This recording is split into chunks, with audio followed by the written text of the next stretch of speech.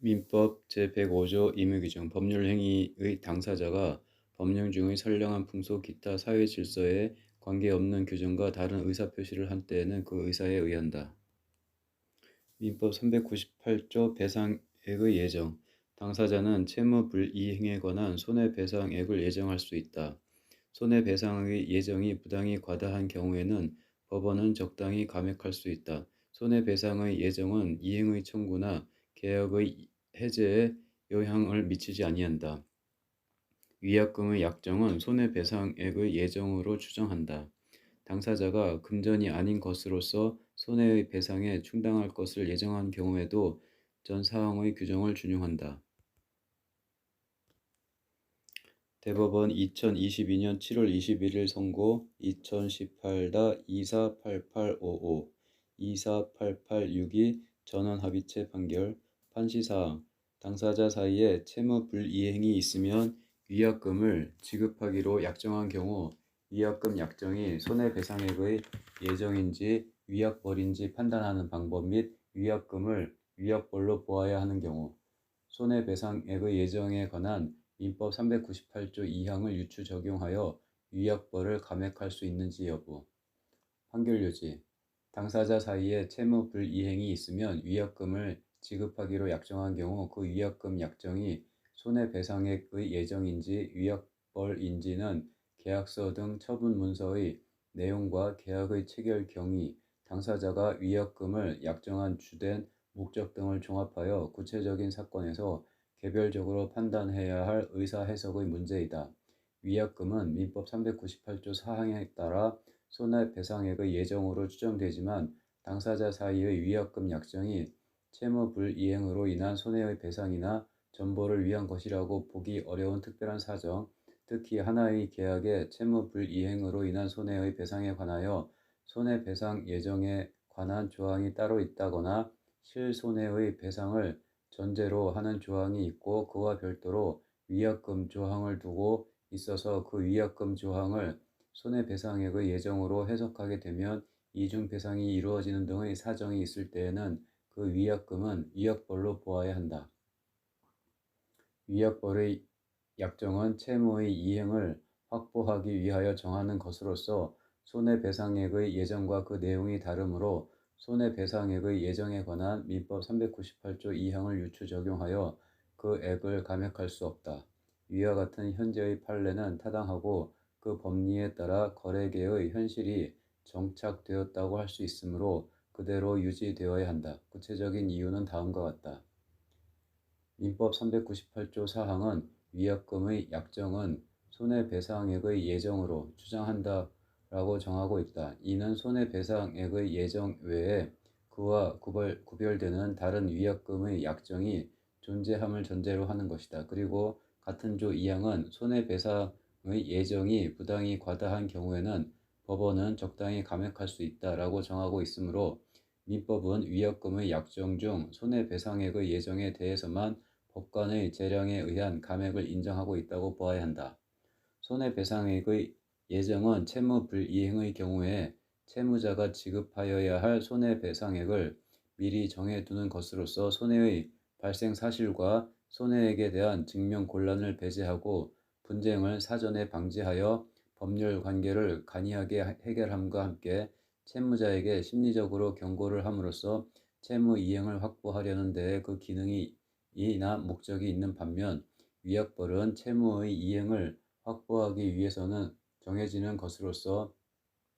손해배상액의 예정과는 그 기능이 본질적으로 다르다. 위약벌은 손해배상과 무관하므로 위약벌 약정에 해당한다면 위약벌과 별도로 채무 불이행으로 인하여 실제 발생한 손해에 대하여 배상을 청구할 수 있다고 해석된다. 위약벌 약정은 손해배상과 관계없이 의무 위반에 대한 제재벌로서 위반자가 그 상대방에게 지급하기로 자율적으로 약정한 것이므로 사적 자치의 원칙에 따라 계약 당사자의 의사가 최대한 존중되어야 하고 이에 대한 법원의 개입을 쉽게 허용할 것은 아니다.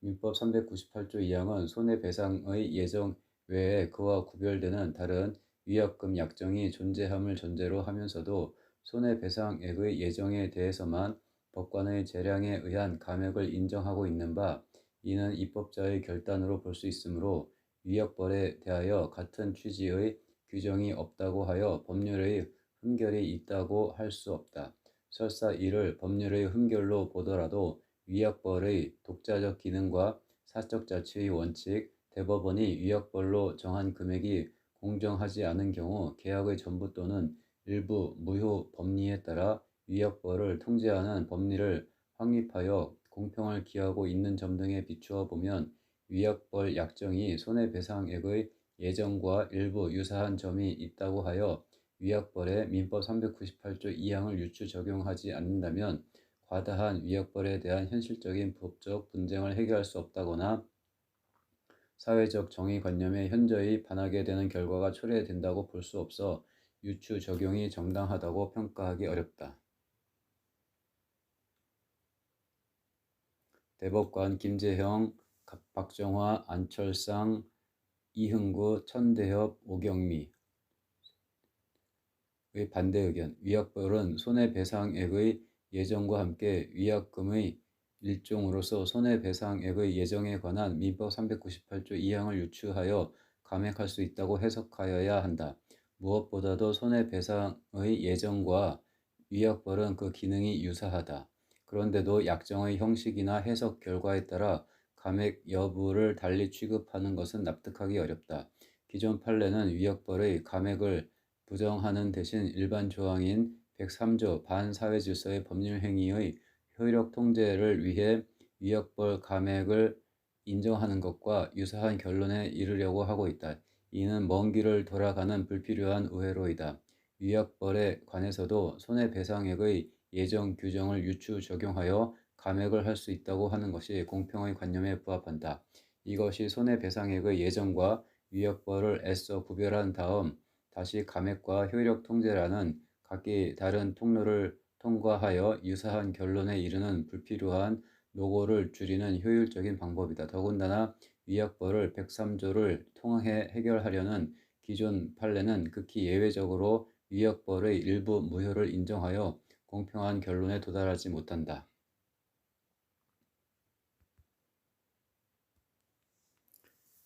민법 제2조 신의 성실, 권리의 행사와 의무의 이행은 신의에 쫓아 성실히 하여야 한다. 2조 2항 권리는 남용하지 못한다.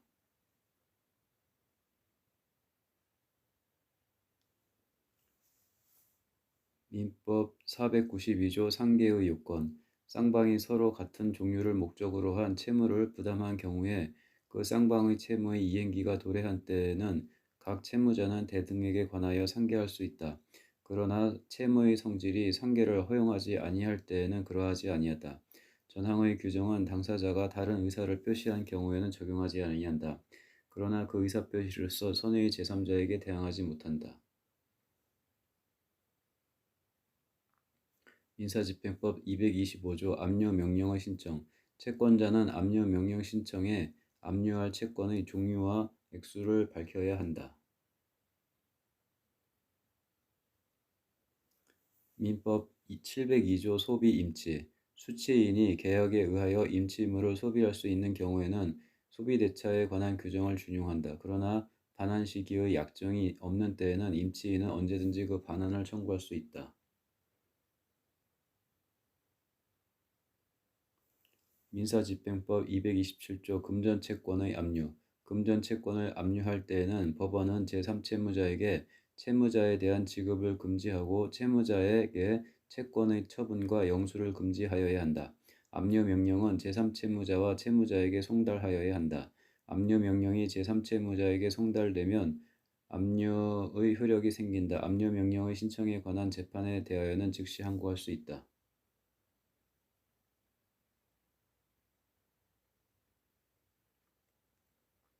대법원 2022년 7월 14일 선고 2020-21-2958 판결. 판시사항. 송금 의뢰인이 차고 송금임을 이유로 수취은행에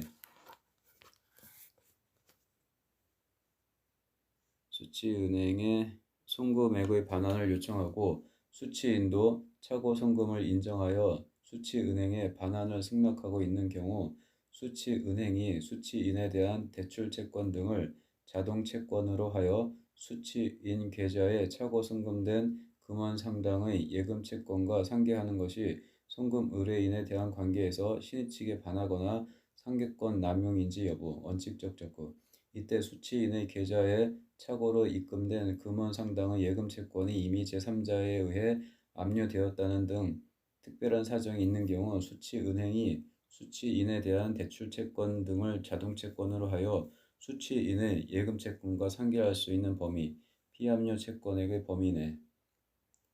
송금 의뢰인이 차고 송금임을 이유로 거래 은행을 통하여 혹은 수취은행에 직접 송금액의 반환을 요청하고 수취인도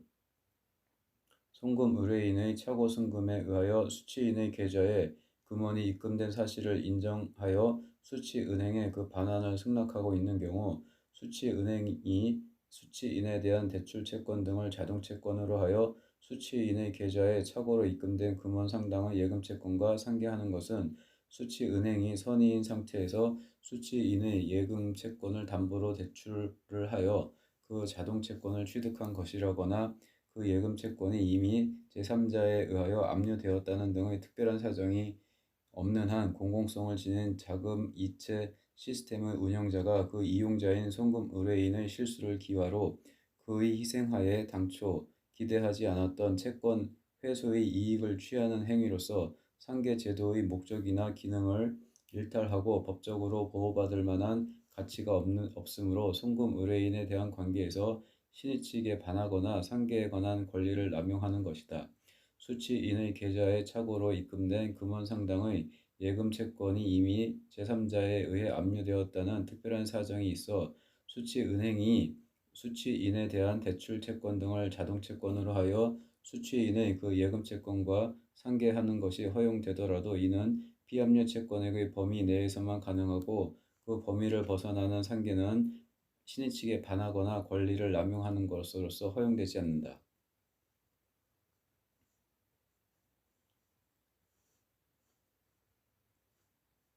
송금 의뢰인이 차고 송금임을 이유로 거래 은행을 통하여 혹은 수취은행에 직접 송금액의 반환을 요청하고 수취인도 송금 의뢰인의 차고 송금에 의하여 수취인의 계좌에 금원이 입금된 사실을 인정하여 수취은행에 그 반환을 승낙하고 있는 경우 수취은행이 수취인에 대한 대출채권 등을 자동채권으로 하여 수취인의 계좌에 착오로 입금된 금원 상당의 예금채권과 상계하는 것은 수취은행이 선의인 상태에서 수취인의 예금채권을 담보로 대출을 하여 그 자동채권을 취득한 것이거나 그 예금채권이 이미 제3자에 의하여 압류되었다는 등의 특별한 사정이 없는 한 공공성을 지닌 자금이체 시스템의 운영자가 그 이용자인 송금 의뢰인의 실수를 기화로 그의 희생하에 당초 기대하지 않았던 채권 회수의 이익을 취하는 행위로서 상계제도의 목적이나 기능을 일탈하고 법적으로 보호받을 만한 가치가 없으므로 송금 의뢰인에 대한 관계에서 신의 측에 반하거나 상계에 관한 권리를 남용하는 것이다. 수취인의 계좌에 착오로 입금된 금원 상당의 예금채권이 이미 제3자에 의하여 압류되었다는 특별한 사정이 있어 수취은행이 수취인에 대한 대출채권 등을 자동채권으로 하여 수취인의 그 예금채권과 상계하는 것이 허용되더라도 이는 피압류채권의 범위 내에서만 가능하고 그 범위를 벗어나는 상계는 신의 측에 반하거나 권리를 남용하는 것으로서 허용되지 않는다. 송금 의뢰인이 차고 송금임을 이유로 수취은행에 송금액의 반환을 요청하고 수취인도 차고 송금을 인정하여 수취은행에 반환을 승낙하고 있는 경우 수취은행이 수취인에 대한 대출채권 등을 자동채권으로 하여 수취인 계좌에 차고 송금된 금원 상당의 예금채권과 상계하는 것이 송금 의뢰인에 대한 관계에서 신의 측에 반하거나 상계권 남용인지 여부. 원칙적 접근. 이때 수취인의 계좌에 착오로 입금된 금원 상당의 예금 채권이 이미 제3자에 의하여 압류되었다는 특별한 사정이 있는 경우 수취은행이 수취인에 대한 대출 채권 등을 자동 채권으로 하여 수취인의 예금 채권과 상계할 수 있는 범위, 피압류 채권액의 범위 내 송금 의뢰인이 착오 송금임을 이유로 거래은행을 통하여 혹은 수취은행에 직접 송금액의 반환을 요청하고 수취인도 송금 의뢰인의 착오 송금에 의하여 수취인의 계좌에 금원이 입금된 사실을 인정하여 수취은행에 그 반환을 승낙하고 있는 경우 수취은행이 수취인에 대한 대출 채권 등을 자동 채권으로 하여 수취인의 계좌에 착오로 입금된 금원 상당의 예금 채권과 상계하는 것은 수취은행이 선의인 상태에서 수취인의 예금 채권을 담보로 대출을 하여 그 자동 채권을 취득한 것이라거나 그 예금 채권이 이미 제3자에 의하여 압류되었다는 등의 특별한 사정이 없는 한 공공성을 지닌 자금이체 시스템의 운영자가 그 이용자인 송금 의뢰인의 실수를 기화로 그의 희생하에 당초 기대하지 않았던 채권 회수의 이익을 취하는 행위로서 상계 제도의 목적이나 기능을 일탈하고 법적으로 보호받을 만한 가치가 없으므로 송금 의뢰인에 대한 관계에서 신의 측에 반하거나 상계에 관한 권리를 남용하는 것이다. 수취인의 계좌에 착오로 입금된 금원 상장의 예금 채권이 이미 제3자에 의하여 압류되었다는 특별한 사정이 있어 수취은행이 수취인에 대한 대출 채권 등을 자동 채권으로 하여 수취인의 그 예금 채권과 상계하는 것이 허용되더라도 이는 피압류 채권의 범위 내에서만 가능하고 그 범위를 벗어나는 상계는 신의 측에 반하거나 권리를 남용하는 것으로서 허용되지 않는다.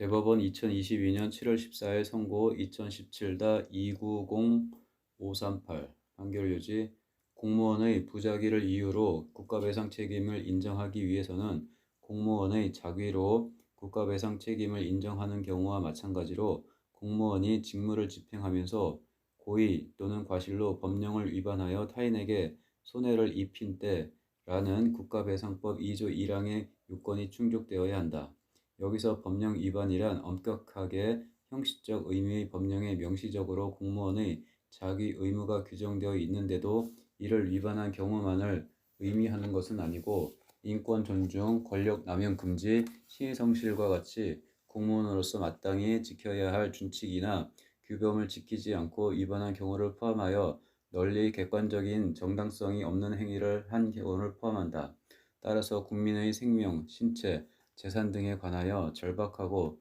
중대한 위험 상태가 발생하였거나 발생할 우려가 있어 국민의 생명, 신체, 재산 등을 보호하는 것을 본래적 사명으로 하는 국가가 초법규적, 일차적으로 그 위험 배제에 나서지 않으면 국민의 생명, 신체, 재산 등을 보호할 수 없는 경우에는 형식적 의미의 법령에 근거가 없더라도 국가나 관련 공무원에 대하여 그러한 위험을 배제할 자기 의무를 인정할 수 있다. 공무원의 부작위를 이유로 국가배상 책임을 인정할 것인지가 문제되는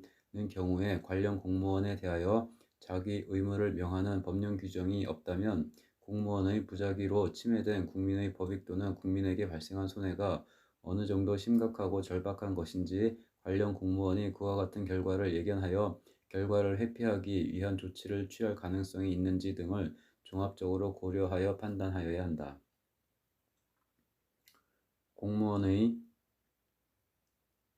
공무원의 부작위를 이유로 국가 배상 책임을 인정하기 위해서는 공무원의 작위로 국가 배상 책임을 인정하는 경우와 마찬가지로 공무원이 직무를 집행하면서 고의 또는 과실로 법령을 위반하여 타인에게 손해를 입힌 때라는 국가배상법 2조 1항의 요건이 충족되어야 한다. 여기서 법령 위반이란 엄격하게 형식적 의미의 법령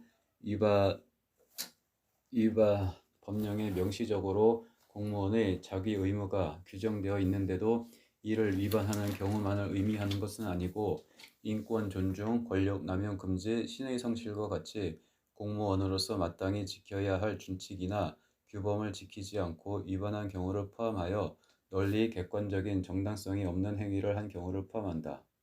따라서 국민의 생명, 신체, 재산 등에 관하여 절박하고 중대한 위험 상태가 발생하였거나 발생할 우려가 있어서 국민의 생명, 신체, 재산 등을 보호하는 것을 본래적 사명으로 하는 국가가 초법규적 1차적으로 그 위험 배제에 나서지 않으면 국민의 생명, 신체, 재산 등을 보호할 수 없는 경우에는 형식적 의미의 법령에 근거가 없더라도 국가나 관련 공무원에 대하여 그러한 위험을 배제할 자기 의무를 인정할 수 있다. 공무원의 부자기를 이유로 국가배상 책임을 인정할 것인지가 문제되는 경우에 관련 공무원에 대하여 자기 의무를 명하는 법령 규정이 없다면 공무원의 부자기로 침해된 국민의 법익 또는 국민에게 발생한 손해가 어느 정도 심각하고 절박한 것인지 관련 공무원이 그와 같은 결과를 예견하여 결과를 회피하기 위한 조치를 취할 가능성이 있는지 등을 종합적으로 고려하여 판단하여야 한다.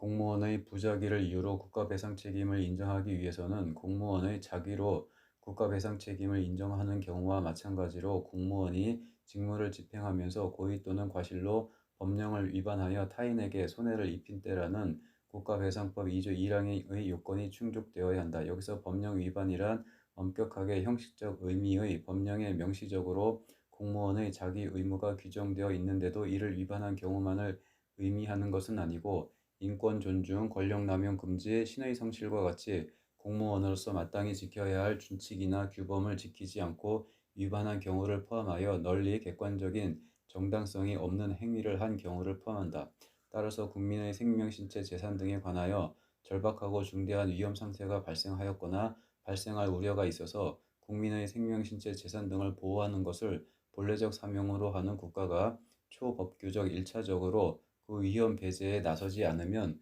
국민의 생명, 신체, 재산 등을 보호할 수 없는 경우에는 형식적 의미의 법령의 근거가 없더라도 국가나 관련 공무원에 대하여 그러한 위험을 배제할 자기 의무를 인정할 수 있다. 공무원의 부자기를 이유로 국가배상 책임을 인정할 것인지가 문제되는 경우에 관련 공무원에 대하여 자기 의무를 명하는 법령 규정이 없다면 공무원의 부자기로 침해된 국민의 법익 또는 국민의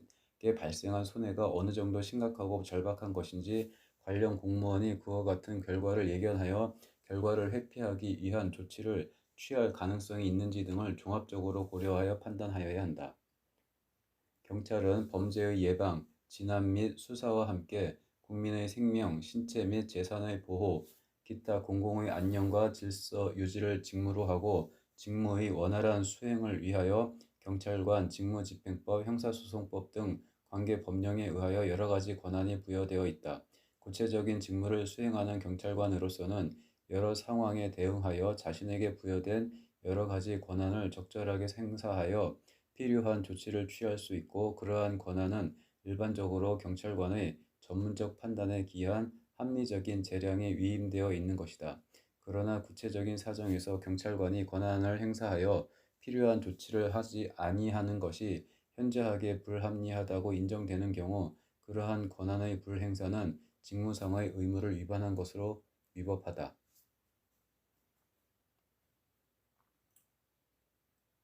경찰은 범죄의 예방, 진압 및 수사와 함께 국민의 생명, 신체 및 재산의 보호, 기타 공공의 안녕과 질서 유지를 직무로 하고 직무의 원활한 수행을 위하여 경찰관 직무집행법, 형사소송법 등 관계 법령에 의하여 여러 가지 권한이 부여되어 있다. 구체적인 직무를 수행하는 경찰관으로서는 여러 상황에 대응하여 자신에게 부여된 여러 가지 권한을 적절하게 행사하여 필요한 조치를 취할 수 있고 그러한 권한은 일반적으로 경찰관의 전문적 판단에 기한 합리적인 재량에 위임되어 있는 것이다. 그러나 구체적인 사정에서 경찰관이 권한을 행사하여 필요한 조치를 하지 아니하는 것이 현저하게 불합리하다고 인정되는 경우 그러한 권한의 불행사는 직무상의 의무를 위반한 것으로 위법하다.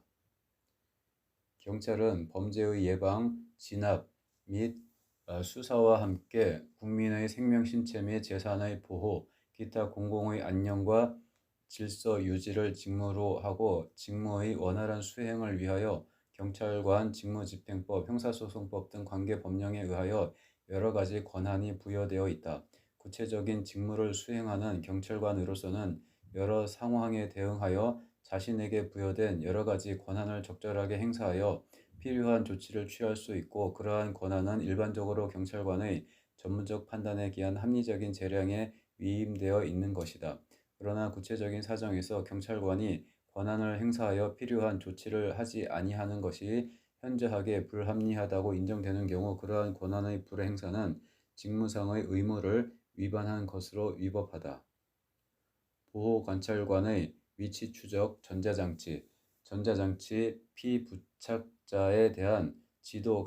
감독과 원호 업무는 재범의 위험성이 매우 높은 전자장치 피부착자가 재범으로 나아가지 않게 함으로써 건전한 사회복귀를 촉진하고 일반 국민이 전자장치 피부착자의 재범에 따른 피해를 입지 않도록 하는 데 중요한 역할을 한다. 구체적인 상황에서 전자장치 피부착자에 대한 지도, 감독이나 원호 업무를 어떻게 수행할 것인지는 원칙적으로 보호관찰관의 전문적, 합리적 재량에 위임되었지만, 전자장치 피부착자의 재범을 효과적으로 방지하기 위해서는 전자장치 피부착자의 성향이나 환경 및 개별 관찰 결과에 맞추어 재범 방지에 유효한 실질적인 조치를 선택하여 적극적으로 수행하여야 한다. 만약 보호관찰관이 이러한 조치를 하지 아니하는 것이 현저하게 불합리하다면 직무상의 의무를 위반한 것이어서 위법하다고 보아야 한다.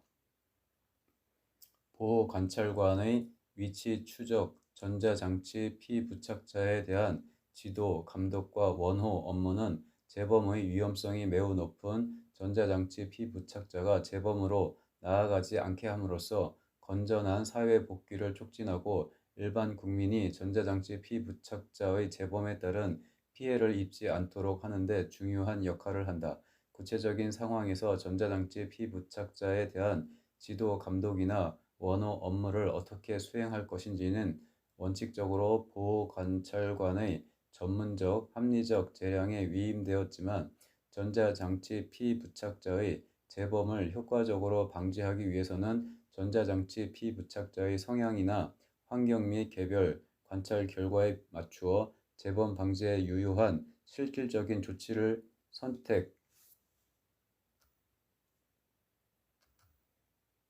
선택하여 적극적으로 수행하여야 한다. 만약 보호관찰관이 이러한 조치를 하지 아니하는 것이 현저하게 불합리하다면 직무상의 의무를 위반한 것이어서 위법하다고 보아야 한다. 보호관찰관의 위치 추적 전자장치 피부착자에 대한 지도, 감독과 원호 업무는 재범의 위험성이 매우 높은 전자장치 피부착자가 재범으로 나아가지 않게 함으로써 건전한 사회 복귀를 촉진하고 일반 국민이 전자장치 피부착자의 재범에 따른 피해를 입지 않도록 하는 데 중요한 역할을 한다. 구체적인 상황에서 전자장치 피부착자에 대한 지도, 감독이나 원호 업무를 어떻게 수행할 것인지는 원칙적으로 보호관찰관의 전문적, 합리적 재량에 위임되었지만, 전자장치 피부착자의 재범을 효과적으로 방지하기 위해서는 전자장치 피부착자의 성향이나 환경 및 개별 관찰 결과에 맞추어 재범 방지에 유효한 실질적인 조치를 선택하여 적극적으로 수행하여야 한다. 만약 보호관찰관이 이러한 조치를 하지 아니하는 것이 현저하게 불합리하다면 직무상의 의무를 위반한 것이어서 위법하다고 보아야 한다. 다수의 성폭력 범죄로 여러 차례 처벌을 받은 뒤 위치 추적 전자장치를 부착하고 보호 관찰을 받고 있던 갑이 을을 강간하였고, 그로부터 13일 후 병을 강간하려다 살해하였는데, 병의 유족들이 경찰관과 보호 관찰관의 위법한 직무 수행을 이유로 국가를 상대로 손해배상을 구한 사안에서 직전 범행의 수사를 담당하던 경찰관이 직전 범행의 특수성과 위험성을 고려하지 않은 채 통상적인 조치만 하였을 뿐 전자장치 위치 정보를 수사에 활용하지 않은 것과 보호관찰관이 갑의 높은 재범의 위험성과 반사회성을 인식하였음에도 적극적 대면 조치 등 이를 억제할 실질적인 조치를 하지 않은 것은 범죄를 예방하고 재범을 억제하여 사회를 방위하기 위해서 이들에게 부여된 권한과 직무를 목적과 취지에 맞게 수행하지 않았거나 소홀히 수행하였던 것이고, 이는 국민의 생명 신체에 관하여 절박하고 중대한 위험 상태가 발생할 우려가 있어 그 위험 배제에 나서지 않으면 이를 보호할 수 없는 상황에서 그러한 위험을 배제할 공무원의 자기 의무를 위반한 것으로 인정될 여지가 있으며 위와 같은 경찰관과 보호관찰관의 직무상 의무 위반은 병의 사망 사이에서 상당 인과 관계를 인정할 여지가 큰데도 경찰관과 보호관찰관의 직무 수행이 객관적 정당성을 결여하지 않아 위법하지 않다고 본 원심 판단의 법리 오해의 잘못이 있다고 한 사례. 다수의 성폭력 범죄로 여러 차례 처벌을 받은 뒤 위치 추적 전자장치를 부착하고 보호 관찰을 받고 있던 갑이 을을 강간하였고 그로부터 13일 후 병을 강간하려다 살해하였는데 병의 유족들이 경찰관과 보호관찰관의 위법한 직무 수행을 이유로 국가를 상대로 손해배상을 구한 사안에서 직전 범행의 수사를 담당하던 경찰관이 직전 범행의 특수성과 위험성을 고려하지 않은 채 통상적인 조치만 하였을 뿐 전자장치 위치 정보를 수사에 활용하지 않은 것과 보호관찰관이 갑의 높은 재범의 위험성과 반사회성을 인식하였음에도 적극적인 대면 조치 등 이를 억제할 실질적인 조치를 하지 않은 것은 범죄를 예방하고 재범을 억제하여 사회를 방위하기 위해서 이들에게 부여된 권한과 직무를 목적과 취지에 맞게 수행하지 않았거나 소홀히 수행하였던 것이고 이는 국민의 생명, 신체에 관하여 절박하고 중대한 위험 상태가 발생할 우려가 있어 그 위험 배제에 나서지 않으면 이를 보호할 수 없는 상황에서 그러한 위험을 배제할 공무원의 자기 의무를 위반한 것으로 인정될 여지가 있으며 위와 같은 경찰관과 보호관찰관의 직무상 의무 위반은 병의 사망 사이에서 상당 인과 관계를 인정할 여지가 큰데도 경찰관과 보호관찰관의 직무 수행이 객관적 정당성을 결여하지 않아 위법하지 않다고 본 원심 판단의 법리 오해의 잘못이 있다고 한 사례.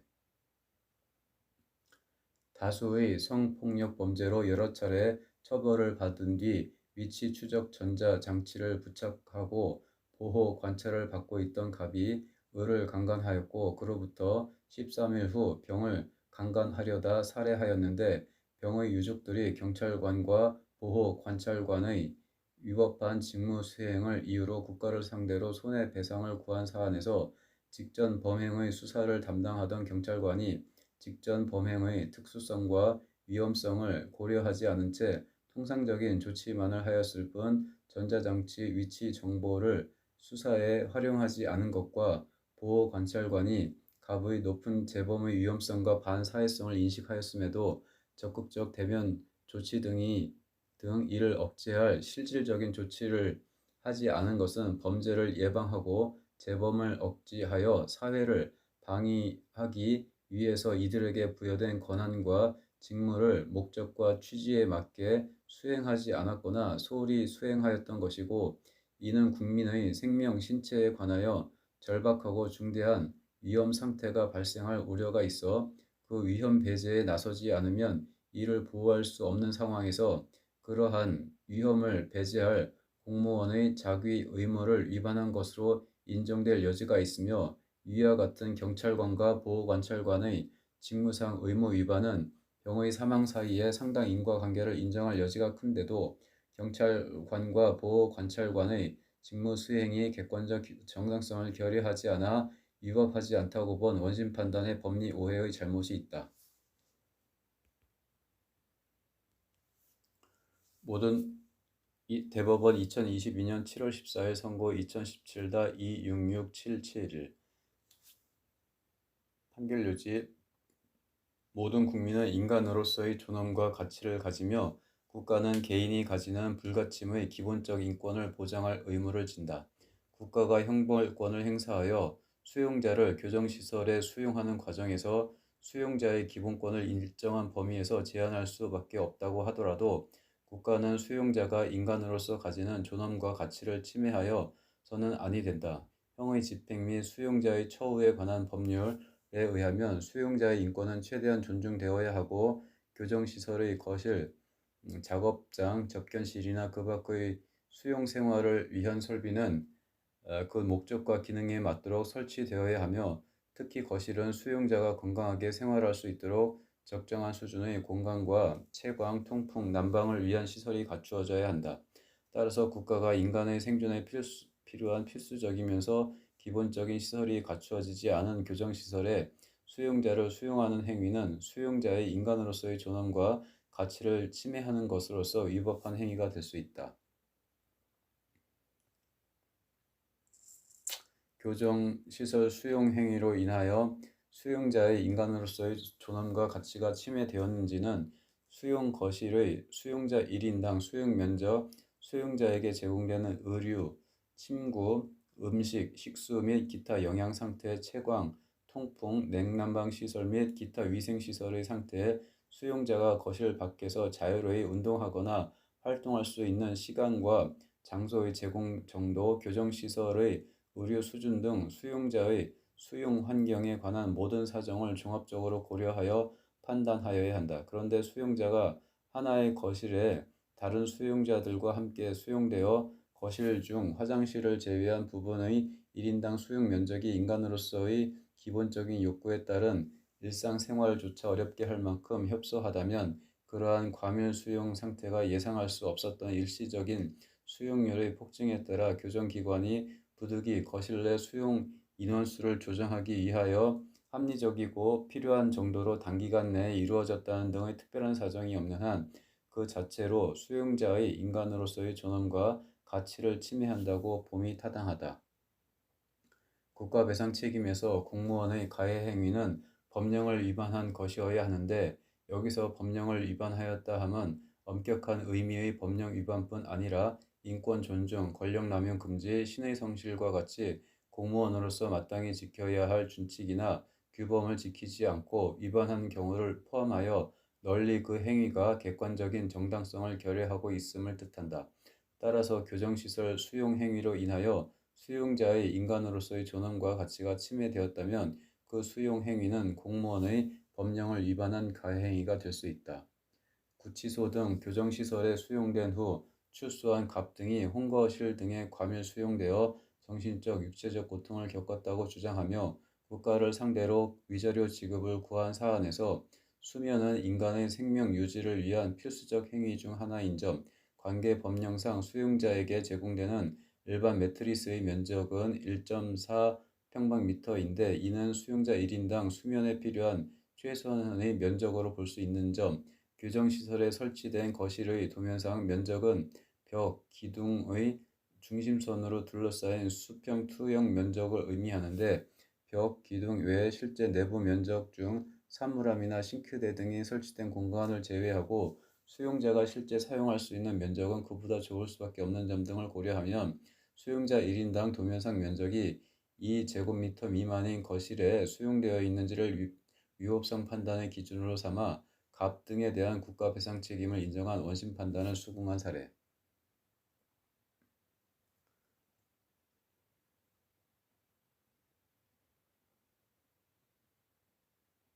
교정시설 수용 행위로 인하여 수용자의 인간으로서의 존엄과 가치가 침해되었는지 판단하는 기준 및 수용자가 하나의 거실에 다른 수용자들과 함께 수용되어 거실 중 화장실을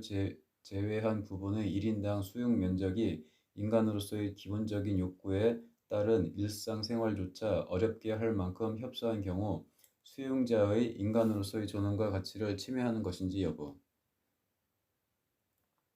국가배상 책임에서 공무원의 행위가 법령을 위반하였다는 의미 및 교정시설 수용 행위로 인하여 수용자의 인간으로서의 존엄과 가치가 침해된 경우 그 수용 행위가 공무원의 법령을 위반한 가해 행위가 될 수 있는지 여부.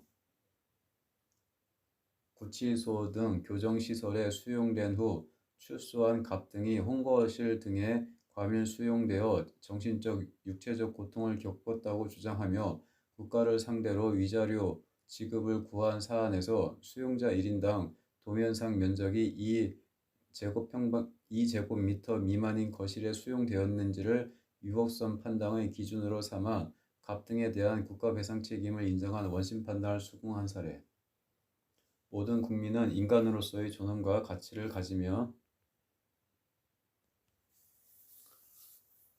대법원 2022년 7월 14일 선고 2019-299393 판시사항 파견 근로자 보호 등에 관한 법률 6조의 1항에 따른 직접 고용 의무는 근로자 파견을 업으로 하는 자가 주체가 되어 행하는 근로자 파견의 경우에 적용되는지 여부, 적극 근로자 파견을 업으로 하는 자에 해당하는지 판단하는 기준 및 이때 근로자 파견 행위의 반복과 계속성, 영업성은 원고용주를 기준으로 판단하여야 하는지 여부, 원칙적 적극, 고유한 사업 목적을 가지고 독립적 기업 활동을 영위하는 계열 회사 간 전출에 따른 근로 관계를 근로자 파견 관계로 단정할 수 있는지 여부, 소극, 정보통신 사업 등을 영위하는 갑 주식회사의 플랫폼 사업 부문이 분할되어 을 주식회사가 설립되었고 그 후 을 회사의 분할을 통해 플랫폼 사업을 전담하는 병 주식회사가 설립되었는데 갑 회사가 플랫폼 관련 신규 사업을 진행하면서 계열 회사인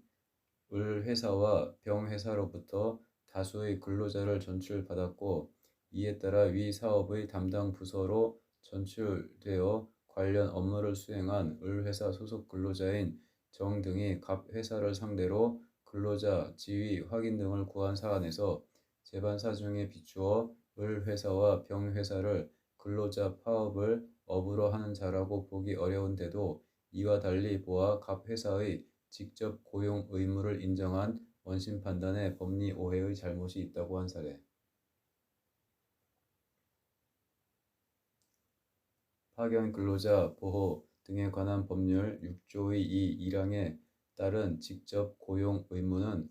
근로자 파견 사업을 하는 파견 사업주, 즉 근로자 파견을 업으로 하는 자가 주체가 되어 행하는 근로자 파견의 경우에 적용된다. 근로자 파견을 업으로 하는 자란 반복 계속하여 영업으로 근로자 파견 행위를 하는 자를 말하고 이에 해당하는지는 근로자 파견 행위의 반복 계속성, 영업성 등의 유무와 원고용주의 사업 목적과 근로계약 체결의 목적, 근로자 파견의 목적과 규모, 횟수, 기간, 태양 등 여러 사정을 종합적으로 고려하여 사회 통념에 따라 판단하여야 할 것인 바 위와 같은 반복 계속성과 영업성은 특별한 사정이 없는 한 근로자 파견 행위를 하는 자, 즉 원고용주를 기준으로 판단하여야 한다. 그런데 전출은 근로자가 원소속 기업과의 근로계약을 유지하면서 휴직, 파견, 사회근무, 사회파견 등의 형태로 원소속 기업에 대한 근로 제공 의무를 면하고 전출 후 기업의 지휘, 감독 아래 근로를 제공함으로써 근로 제공의 상대방이 변경되는 것으로서 근로자의 원소속 기업 복귀가 예정되어 있는 것이 일반적이다. 특히 고유한 사업 목적을 가지고 독립적 기업 활동을 영위하는 계열 회사 간 전출의 경우 전출 근로자와 원소속 기업 사이에는 온전한 근로계약 관계가 살아있고 원소속 기업으로의 복귀 발령이 나면 기존의 근로계약 관계가 현실화되어 계속 존속하게 되는 바 위와 같은 전출은 외부 인력이 사업 조직에 투입된다는 점에서 파견법상 근로자 파견과 외형상 유사하더라도 그 제도의 취지와 법률적 근거가 구분되므로 전출에 따른 근로관계에 대하여 외형상 유사성만을 이유로 원소속 기업을 파견법상 파견사업주, 전출 후 기업을 파견법상 사용사업주의 관계로 파악하는 것은 상당하지 않고 앞서 본 바와 같이 여러 사정을 종합적으로 고려하여 신중하게 판단하여야 한다. 정보통신사업 등을 영위하는 갑 주식회사의 플랫폼 사업 부문이 분할되어 을 주식회사가 설립되었고 그 후 을 회사의 분할을 통해 플랫폼 사업을 전담하는 병 주식회사가 설립되었는데 갑 회사가 플랫폼 관련 신규 사업을 진행하면서 계열 회사인 을회사와 병회사로부터 다수의 근로자를 전출받았고, 이에 따라 위 사업의 담당 부서로 전출되어 관련 업무를 수행한 을회사 소속 근로자인 정 등이 갑 회사를 상대로 근로자 지위 확인 등을 구한 사안에서 을회사 등은 전출 근로자에게 임금을 지급한 후 비용 정산 계약에 따라 갑 회사로부터 임금 상당액 등을 지급받았을 뿐 근로자 전출과 관련한 별도의 대가나 수수료 혹은 이와 동일시할 수 있는 경제적 이익을 취득하였다고 보기 어려운 점, 을 회사 등의 주된 영업 분야, 자산 규모와 운영 조직 등을 감안하면 원고용주인 을 회사 등의 사업 목적은 근로자 파견과 무관한 점, 전출 근로자들은 원칙적으로 원소속 부서로의 복귀가 예정되어 있었고, 실제 사업 종료 후 정 등은 을 회사 등으로 복귀하여 근무한 점 등에 비추어 정 등에 대한 근로 계약 체결의 목적이 근로자 파견을 위한 것이라고 보이지 않는 점, 갑 회사와 을 회사 등이 속한 기업 집단의 사업상 필요와 인력 활용의 효율성 등을 고려한 기업 집단 차원의 의사 결정에 따라 정 등의 전출이 이루어진 것으로 보이는 점, 정 등의 전출과 담당 업무 종합하면 을 회사 등을 근로자 파견을 업으로 하는 자라고 보기 어려운데도, 이와 달리 보아 갑 회사의 직접 고용 의무를 인정한 원심 판단의 법리 오해의 잘못이 있다. 대법원 2022년 7월 14일 선고 2021 다 294674 판결. 금융기관은 청약저축이 해지되기 전에는 가입자에게 원금과 이자를 지급할 의무를 부담하지 않고, 이는 청약저축 가입자가 사망한 경우에도 마찬가지라고 보아야 한다. 청약저축 가입자는 주택 공급을 신청할 권리를 가지게 되고, 가입자가 사망하여 공동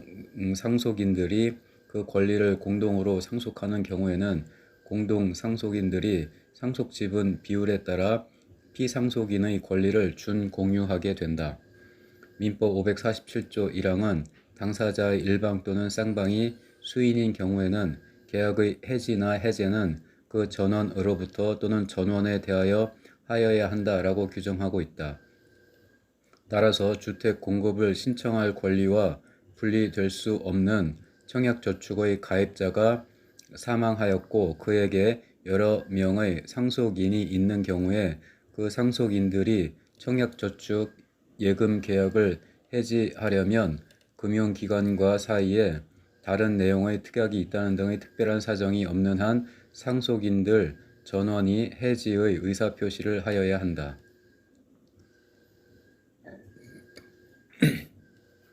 금융기관은 청약저축이 해지되기 전에는 가입자에게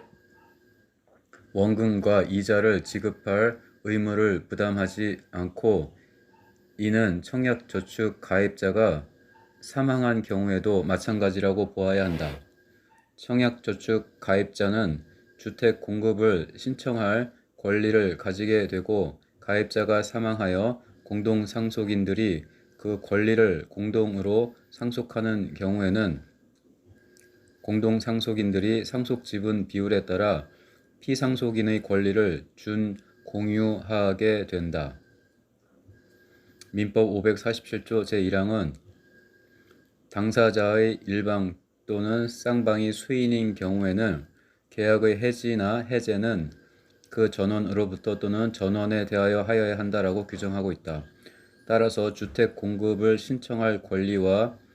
분리될 수 없는 청약저축의 가입자가 사망하였고, 그에게 여러 명의 상속인이 있는 경우에 그 상속인들이 청약저축 예금 계약을 해지하려면 금융기관과 사이에 다른 내용의 특약이 있다는 등의 특별한 사정이 없는 한 상속인들 전원이 해지의 의사표시를 하여야 한다. 금융기관은 청약저축이 해지되기 전에는 가입자에게 원금과 이자를 지급할 의무를 부담하지 않고, 이는 청약저축 가입자가 사망한 경우에도 마찬가지라고 보아야 한다. 청약저축 가입자는 주택 공급을 신청할 권리를 가지게 되고, 가입자가 사망하여 공동 상속인들이 그 권리를 공동으로 상속하는 경우에는 공동 상속인들이 상속 지분 비율에 따라 피상속인의 권리를 준공유하게 된다. 민법 547조 1항은 당사자의 일방 또는 쌍방이 수인인 경우에는 계약의 해지나 해제는 그 전원으로부터 또는 전원에 대하여 하여야 한다라고 규정하고 있다. 따라서 주택 공급을 신청할 권리와 분리될 수 없는 청약저축의 가입자가 사망하였고 그에게 여러 명의 상속인이 있는 경우에 그 상속인들이 청약저축 예금 계약을 해지하려면 금융기관과 사이에 다른 내용의 특약이 있다는 등의 특별한 사정이 없는 한 상속인들 전원이 해지의 의사표시를 하여야 한다. 망인의 공동상속인으로는 원고 외에도 소외 3, 소외 4, 소외 5, 소외 6이 있는데 원고는 그중 소외 3, 소외 6으로부터만 상속지분을 양도받았을 뿐 나머지 상속인들로부터 상속지분을 양도받지 못하였고 망인의 공동상속인들 전원이 피고에게 이 사건 청약저축 예금계약 해지의 의사표시를 하였다는 사정이 확인되지 않으며 피고의 약관에서도 상속인들 중 일부가 예금계약을 해지할 수 있다는 특약이 존재하지 않는다. 따라서 망인과 피고 사이의 청약저축 예금계약이 해지되지 않았으므로 피고는 원고에게 이 사건 예금채권 중 원고의 상속분에 해당하는 금액을 지급할 의무를 부담하지 않는다고 봄이 타당하다. 그런데도 원심은 원고가 망인으로부터 상속받은 범위 내에서 단독으로 망인의 예금계약에 대한 해지권을 행사할 수 있다고 보아 원고의 청구 중 상속분에 해당하는 부분을 인용하였다. 이러한 원심 판결에는 소액사건 심판법 3조 2호에서 정한 대법원의 판례에 상반되는 판단을 한 잘못이 있다. 망인의 공동상속인으로는 원고 외에도 소외 3, 4, 5, 6이 있는데 원고는 그중 소외 3, 6으로부터만 상속지분을 양도받았을 뿐 나머지 상속인들로부터 상속지분을 양도받지 못하였고 망인의 공동상속인들 전원이 피고에게 이 사건 청약저축 예금계약 해지의 의사표시를 하였다는 사정이 확인되지 않으며 피고의 약관에서도 상속인들 중 일부가 예금계약을 해지할 수 있다는 특약이 존재하지 않는다. 따라서 망인과 피고 사이의 청약저축 예금계약이 해지되지 않았으므로 피고는 원고에게 이 사건 예금채권 중 원고의 상속분에 해당하는 금액을 지급할 의무를 부담하지 않는다고 봄이 타당하다. 그런데도 원심은 원고가 망인으로부터 상속받은 범위 내에서 단독으로 망인의 예금계약에 대한 해지권을 행사할 수 있다고 보아 원고의 청구 중 상속분에 해당하는 부분을 인용하였다. 이러한 원심 판결에는 소액사건 심판법 3조 2호에서 정한 대법원의 판례에 상반되는 판단을 한 잘못이 있다.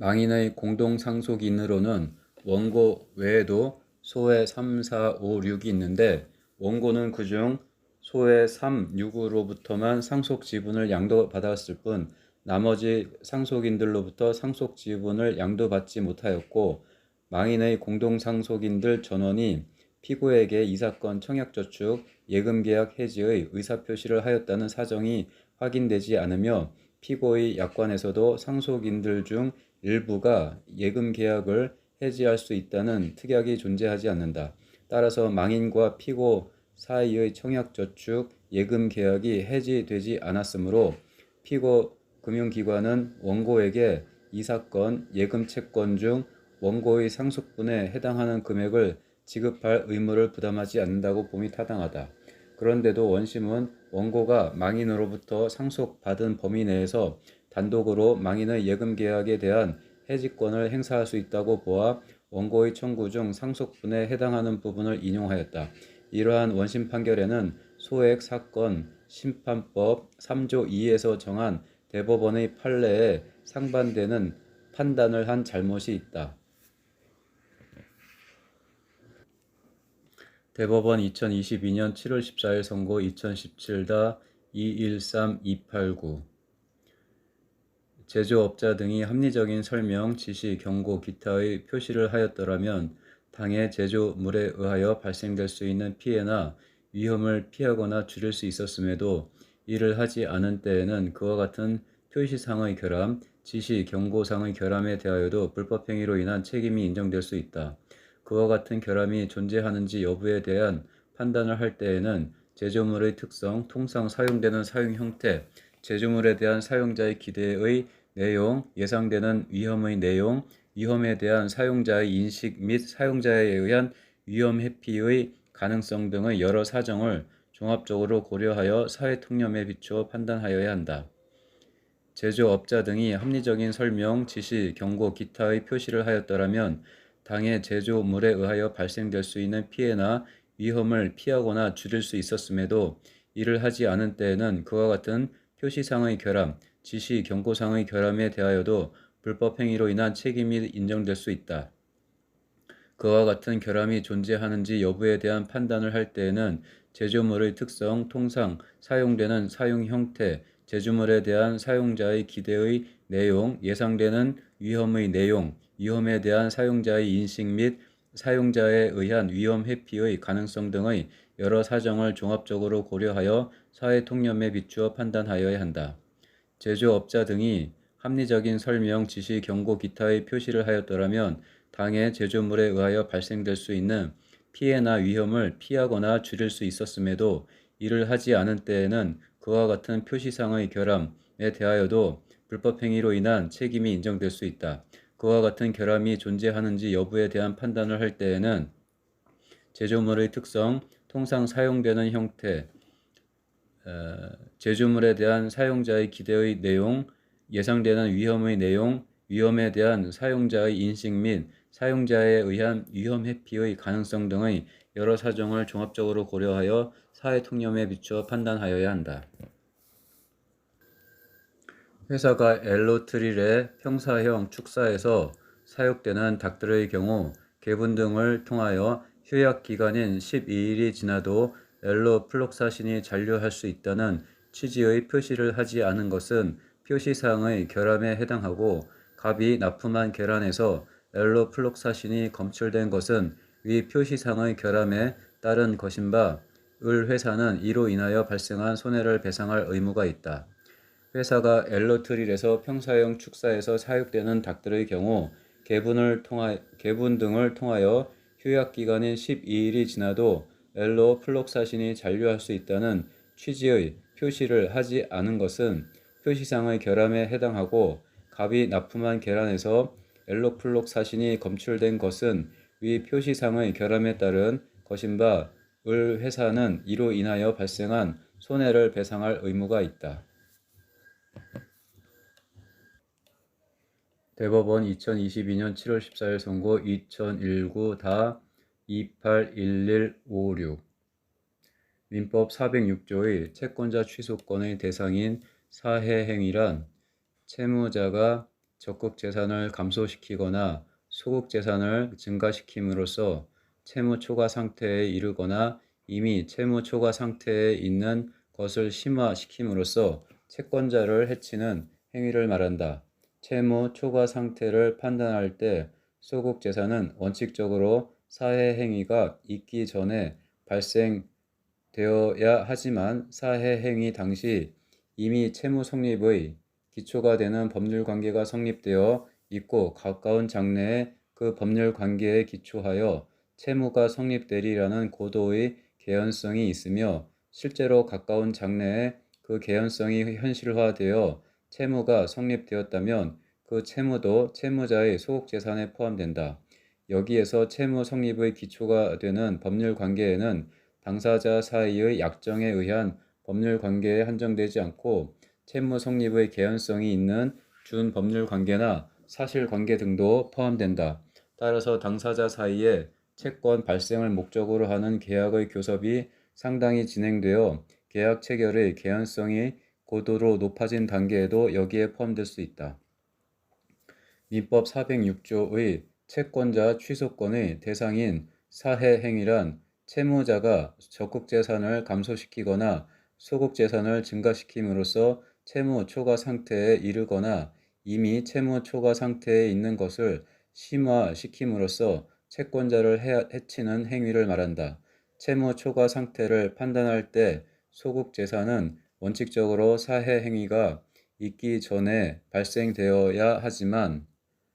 사해행위 당시 이미 채무 성립의 기초가 되는 법률관계가 성립되어 있고 가까운 장래에 그 법률관계에 기초하여 채무가 성립되리라는 고도의 개연성이 있으며 실제로 가까운 장래에 그 개연성이 현실화되어 채무가 성립되었다면 그 채무도 채무자의 소국재산에 포함된다. 여기에서 채무 성립의 기초가 되는 법률관계에는 당사자 사이의 약정에 의한 법률관계에 한정되지 않고 채무 성립의 개연성이 있는 준법률관계나 사실관계 등도 포함된다. 따라서 당사자 사이에 채권 발생을 목적으로 하는 계약의 교섭이 상당히 진행되어 계약 체결의 개연성이 고도로 높아진 단계에도 여기에 포함될 수 있다. 민법 제406조의 채권자 취소권의 대상인 사해행위란 채무자가 적국재산을 감소시키거나 소국재산을 증가시킴으로써 채무 초과 상태에 이르거나 이미 채무 초과 상태에 있는 것을 심화시킴으로써 채권자를 해치는 행위를 말한다. 채무 초과 상태를 판단할 때 소국재산은 원칙적으로 사해행위가 있기 전에 발생되어야 하지만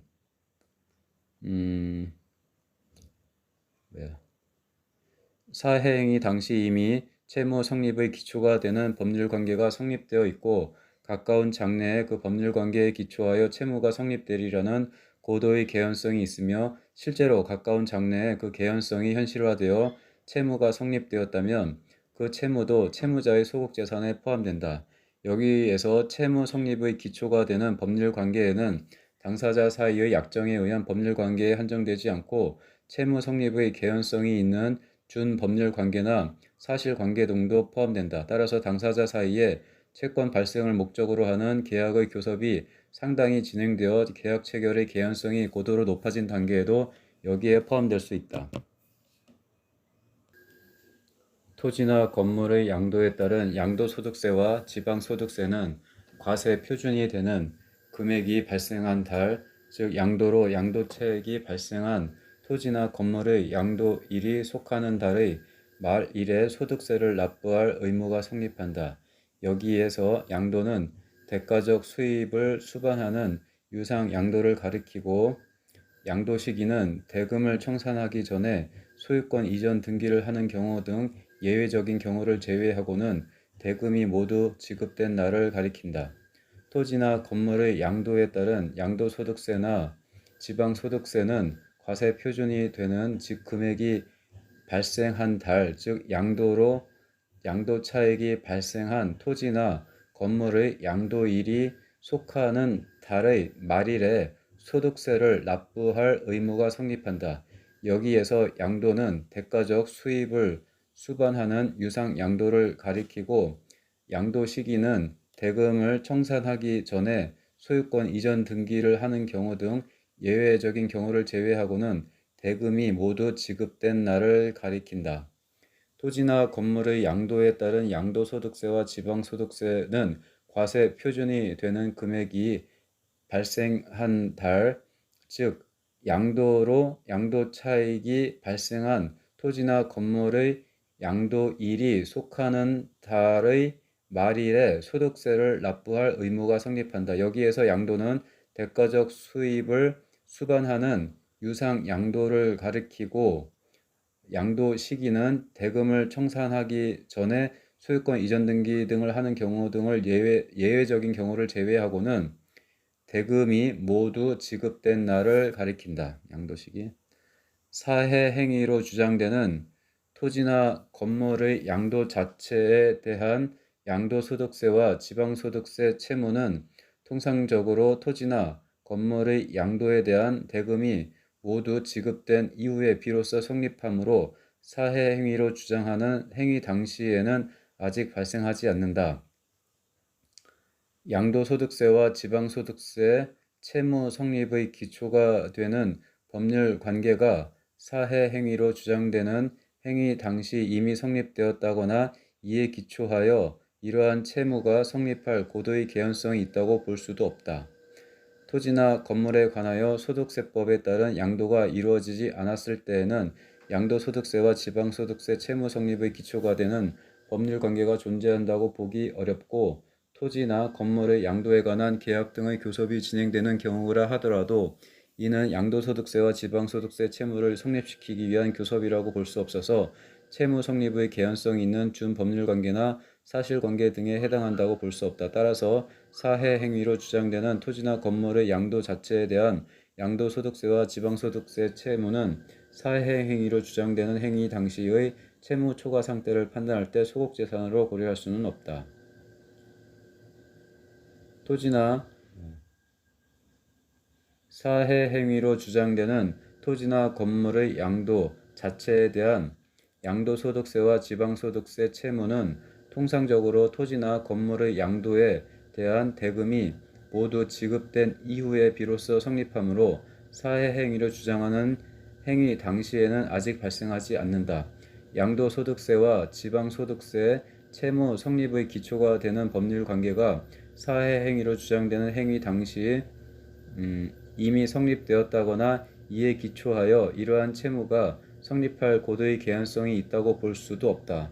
토지나 건물에 관하여 소득세법에 따른 양도가 이루어지지 않았을 때에는 양도소득세와 지방소득세 채무 성립의 기초가 되는 법률관계가 존재한다고 보기 어렵고, 토지나 건물의 양도에 관한 계약 등의 교섭이 진행되는 경우라 하더라도 이는 양도소득세와 지방소득세 채무를 성립시키기 위한 교섭이라고 볼 수 없어서 채무 성립의 개연성 있는 준법률관계나 사실관계 등에 해당한다고 볼 수 없다. 따라서 사해 행위로 주장되는 토지나 건물의 양도 자체에 대한 양도소득세와 지방소득세 채무는 사해 행위로 주장되는 행위 당시의 채무 초과 상태를 판단할 때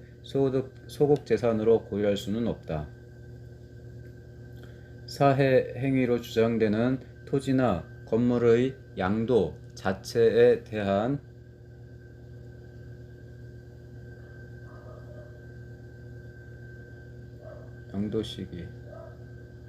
양도 자체에 대한 양도소득세와 지방소득세 채무는 통상적으로 토지나 건물의 양도에 대한 대금이 모두 지급된 이후에 비로소 성립하므로 사해 행위로 채무는 사해 행위로 주장하는 행위 당시에는 아직 발생하지 않는다. 양도소득세와 지방소득세 채무 성립의 기초가 되는 법률 관계가 사해 행위로 주장되는 행위 당시 이미 성립되었다거나 이에 기초하여 이러한 채무가 성립할 고도의 개연성이 있다고 볼 수도 없다. 토지나 건물에 관하여 소득세법에 따른 양도가 이루어지지 않았을 때에는 양도소득세와 지방소득세 채무 성립의 기초가 되는 법률관계가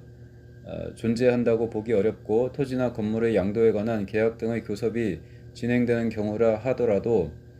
이는 양도소득세와 지방소득세 채무를 성립시키기 위한 교섭이라고 볼 수 없어서 채무 성립의 개연성 있는 준법률관계나 사실관계 등에 해당한다고 볼 수도 없다. 따라서 사해 행위로 주장되는 토지나 건물의 양도 자체에 대한 양도소득세와 지방소득세 채무는 사해 행위로 주장되는 행위 당시의 채무 초과 상태를 판단할 때 소곡재산으로 고려할 수는 없다. 이 사건 조세 채무는 사해 행위에 해당하는지 문제되는 이 사건 매매 계약 당시 아직 발생하지 않았다. 소외인과 피고 1이 이 사건 매매 계약을 체결하기 위한 교섭을 하고 있었더라도 이 사건 조세 채무 발생의 기초가 되는 법률 관계가 형성되어 이에 기초하여 이 사건 조세 채무가 성립할 고도의 개연성이 있었다고 볼 수도 없다. 이 사건 조세 채무는 소외인의 이 사건 부동산의 처분 당시 채무 초과 상태에 있었는지를 판단할 때 소곡재산에서 포함해서는 안 된다. 그런데도 원심은 이 사건 조세 채무를 이 사건 매매 계약 당시 소해인의 소국 재산에 포함하였고 이를 근거로 이 사건 매매 계약이 사해 행위에 해당한다고 보았다. 원심 판결에는 사해 행위에 관한 법리를 오해하여 판결에 영향을 미친 잘못이 있다. 이 사건 조세 채무는 사해 행위에 해당하는지 문제되는 이 사건 매매 계약 당시 아직 발생하지 않았다. 소해인과 피고 1이 이 사건 매매 계약을 체결하기 위한 교섭을 하고 있었더라도 이 사건 조세 채무 발생의 기초가 되는 법률 관계가 형성되어 이에 기초하여 이 사건 조세 채무가 성립할 고도의 개연성이 있었다고 볼 수도 없다. 이 사건 조세 채무는 소해인의 이 사건 부동산의 처분 당시 채무 초과 상태에 있었는지를 판단할 때 소국 재산에 포함해서는 안 된다. 그런데도 원심은 이 사건 조세 채무를 이 사건 매매 계약 당시 소해인의 소국 재산에 포함하였고 이를 근거로 이 사건 매매 계약이 사해 행위에 해당한다고 보았다. 대법원 2022년 7월 14일 선고 2019-271661 판결 유지. 투자 관련 계약에서 당사자 일방이 상대방에게 자신이 보유한 주식의 매수를 청구하면 주식에 관한 매매 계약이 체결되는 것으로 정한 경우 이러한 주식 매수 청구권은 일방의 의사표시에 따라 매매 계약이라는 새로운 법률 관계를 형성하는 권리로서 일종의 형성권에 해당한다. 이와 같이 계약에 따라 발생하는 형성권인 주식 매수 청구권의 행사 기간은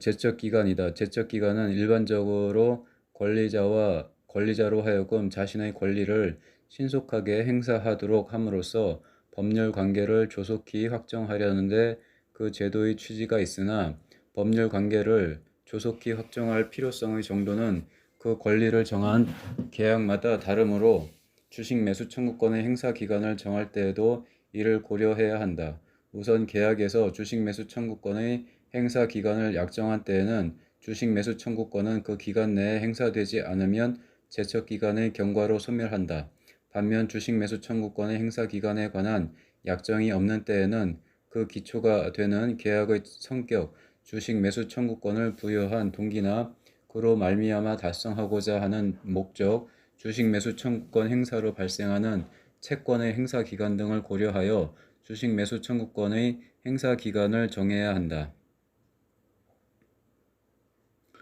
투자 관련 계약에서 당사자 일방이 상대방에게 자신이 보유한 주식의 매수를 청구하면 주식에 관한 매매 계약이 체결되는 것으로 정한 경우 이러한 주식 매수 청구권은 일방의 의사표시에 따라 매매 계약이라는 새로운 법률 관계를 형성하는 권리로서 일종의 형성권에 해당한다. 이와 같이 계약에 따라 발생하는 형성권인 주식 매수 청구권의 행사 기간은 제척 기간이다. 제척 기간은 일반적으로 권리자로 하여금 자신의 권리를 신속하게 행사하도록 함으로써 법률 관계를 조속히 확정하려는데 그 제도의 취지가 있으나 법률 관계를 조속히 확정할 필요성의 정도는 그 권리를 정한 계약마다 다르므로 주식 매수 청구권의 행사 기간을 정할 때에도 이를 고려해야 한다. 우선 계약이 주식 매수 청구권의 행사 기간을 약정한 때에는 주식 매수 청구권은 그 기간 내에 행사되지 않으면 제척 기간의 경과로 소멸한다. 반면 주식 매수 청구권의 행사 기간에 관한 약정이 없는 때에는 그 기초가 되는 계약의 성격, 주식 매수 청구권을 부여한 동기나 그로 말미암아 달성하고자 하는 목적, 주식 매수 청구권 행사로 발생하는 채권의 행사 기간 등을 고려하여 주식 매수 청구권의 행사 기간을 정해야 한다.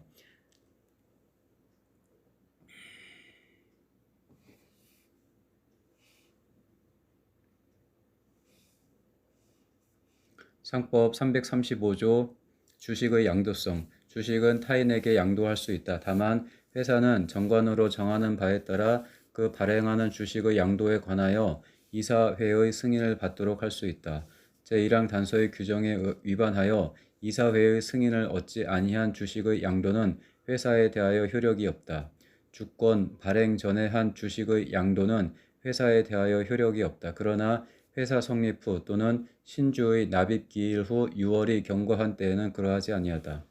상법 335조 주식의 양도성. 주식은 타인에게 양도할 수 있다. 다만 회사는 정관으로 정하는 바에 따라 그 발행하는 주식의 양도에 관하여 이사회의 승인을 받도록 할 수 있다. 이랑 단서의 규정에 위반하여 이사회의 승인을 얻지 아니한 주식의 양도는 회사에 대하여 효력이 없다. 주권 발행 전에 한 주식의 양도는 회사에 대하여 효력이 없다. 그러나 회사 성립 후 또는 신주의 납입 기일 후 6월이 경과한 때에는 회사에 대하여 효력이 있다. 주식은 타인에게 양도할 수 있다. 다만 회사의 정관으로 정하는 바에 따라 그 발행하는 주식의 양도에 관하여 이사회의 승인을 받도록 할 수 있다. 이랑 단서의 규정에 위반하여 이사회의 승인을 얻지 아니한 주식의 양도는 회사에 대하여 효력이 없다. 주권 발행 전에 한 주식의 양도는 회사에 대하여 효력이 없다. 그러나 회사 성립 후 또는 신주의 납입기일 후 6월이 경과한 때에는 주권 발행 전에 한 주식의 양도도 회사에 대하여 효력이 있다. 투자 관련 계약에서 당사자 일방이 상대방에게 자신이 보유한 주식의 매수를 청구하면 주식에 관한 매매 계약이 체결되는 것으로 정한 경우 이러한 주식 매수 청구권은 일방의 의사표시에 따라 매매 계약이라는 새로운 법률 관계를 형성하는 권리로서 일종의 형성권에 해당한다. 이와 같이 계약에 따라 발생하는 형성권인 주식 매수 청구권의 행사 기간은 제척기간이다. 제척기간은 일반적으로 권리자로 하여금 자신의 권리를 신속하게 행사하도록 함으로써 법률 관계를 조속히 확정하려는데 그 제도의 취지가 있으나 법률 관계를 조속히 확정할 필요성의 정도는 그 권리를 정한 계약마다 다르므로 주식 매수 청구권의 행사 기간을 정할 때에도 이를 고려해야 한다. 우선 계약에서 주식 매수 청구권의 행사 기간을 약정한 때에는 주식 매수 청구권은 그 기간 내에 행사되지 않으면 제척 기간의 경과로 소멸한다. 반면 주식 매수 청구권의 행사 기간에 관한 약정이 없는 때에는 그 기초가 되는 계약의 성격, 주식 매수 청구권을 부여한 동기나 그로 말미암아 달성하고자 하는 목적, 주식 매수 청구권 행사로 발생하는 채권의 행사 기간 등을 고려하여 주식 매수 청구권의 행사 기간을 정해야 한다. 상법 64조 상사시효 상행위로 인한 채권은 본법에 다른 규정이 없는 때에는 5년간 행사하지 아니하면 소멸시효가 완성한다. 그러나 다른 법령에 이보다 단기의 시효의 규정이 있는 때에는 그 규정에 의한다. 상사시효 상행위로 인한 채권은 본법에 다른 규정이 없는 때에는 5년간 행사하지 아니하면 소멸시효가 완성한다. 그러나 다른 법령에 이보다 단기의 시효의 규정이 있는 때에는 그 규정에 의한다. 상사시효 상행위로 인한 채권은 본법에 다른 규정이 없는 때에는 5년간 행사하지 아니하면 소멸시효가 완성한다. 그러나 다른 법령에 이보다 단기의 시효의 규정이 있는 때에는 그 규정에 의한다. 상행위인 투자 관련 계약에서 투자자가 약정에 따라 투자를 실행하여 주식을 취득한 후 투자 대상 회사 등의 의무 불이행이 있는 때에 투자자에게 다른 주주 등을 상대로 한 주식 매수 청구권을 부여하는 경우가 있다. 특히 주주 간 계약에서 정하는 의무는 의무자가 불이행하더라도 강제 집행이 곤란하거나 그로 인한 손해액을 주장 증명하기 어려울 수 있는데 이때 주식 매수 청구권 약정이 있으면 투자자는 주식 매수 청구권을 행사하여 상대방으로부터 미리 약정된 매매 대금을 지급받음으로써 상대방의 의무 불이행에 대해 용이하게 권리를 행사하여 투자 원금을 회수하거나 수익을 실현할 수 있게 된다. 이러한 주식 매수 청구권은 상행위인 투자 관련 계약을 체결한 당사자가 달성하고자 하는 목적과 밀접한 관련이 있고 그 행사로 성립하는 매매 계약 또한 상행위에 해당하므로 이때 주식 매수 청구권은 상사 소멸 시효에 관한 상법 64조를 유추 적용하여 5년의 제척 기간이 지나면 소멸한다고 보아야 한다. 한편 투자 관련 계약에서 투자 대상 회사 등의 의무 불이행이 있는 때에 투자자가 형성권인 주식 매수 청구권을 행사할 수 있다고 정한 경우 특별한 사정이 없는 한 그 행사 기간은 투자 대상 회사 등의 의무 불이행이 있는 때부터 기산한다고 보아야 한다. 그렇지 않으면 행사 기간이 지난 다음에 비로소 투자 대상 회사 등의 의무 불이행이 있는 경우에 투자자가 주식 매수 청구권을 행사할 수 없게 되어 불합리하다. 상행위인 투자 관련 계약에서 투자자가 약정에 따라 투자를 실행하여 주식을 취득한 후 투자 대상 회사 등의 의무 불이행이 있는 때에 투자자에게 다른 주주 등을 상대로 한 주식 매수 청구권을 부여하는 경우가 있다. 특히 주주 간 계약에서 정하는 의무는 의무자가 불이행하더라도 강제 집행이 곤란하거나 그로 인한 손해액을 주장 증명하기 어려울 수 있는데 이때 주식 매수 청구권 약정이 있으면 투자자는 주식 매수 청구권을 행사하여 상대방으로부터 미리 약정된 매매 대금을 지급받음으로써 상대방의 의무 불이행에 대해 용이하게 권리를 행사하여 투자 원금을 회수하거나 수익을 실현할 수 있게 된다. 이러한 주식 매수 청구권은 상행위인 투자 관련 계약을 체결한 당사자가 달성하고자 하는 목적과 밀접한 관련이 있고 그 행사로 성립하는 매매 계약 또한 상행위에 해당하므로 이때 주식 매수 청구권은 상사 소멸 시효에 관한 상법 64조를 유추 적용하여 5년의 제척 기간이 지나면 소멸한다고 보아야 한다.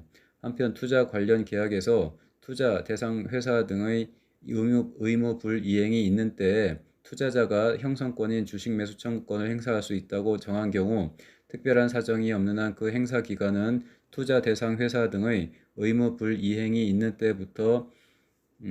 기산한다고 보아야 한다. 그렇지 않으면 행사 기간이 지난 다음에 비로소 투자 대상 회사 등의 의무 불이행이 있는 경우에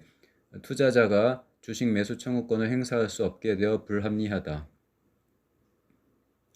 상행위인 투자 관련 계약에서 투자자가 약정에 따라 투자를 실행하여 주식을 취득한 후 투자 대상 회사 등의 의무 불이행이 있는 때에 투자자에게 다른 주주 등을 상대로 한 주식 매수 청구권을 부여하는 경우가 있다. 특히 주주 간 계약에서 정한 의무는 의무자가 불이행하더라도 강제 집행이 곤란하거나 그로 인한 손해액을 주장 증명하기 어려울 수 있는데 이때 주식 매수 청구권 약정이 있으면 투자자는 주식 매수 청구권을 행사하여 상대방으로부터 미리 약정된 매매 대금을 지급받음으로써 상대방의 의무 불이행에 대해 용이하게 권리를 행사하여 투자 원금을 회수하거나 수익을 실현할 수 있게 된다. 이러한 주식 매수 청구권은 상행위인 투자 관련 계약을 체결한 당사자가 달성하고자 하는 목적과 밀접한 관련이 있고 그 행사로 성립하는 매매계약 또한 상행위에 해당하므로 이때 주식 매수 청구권은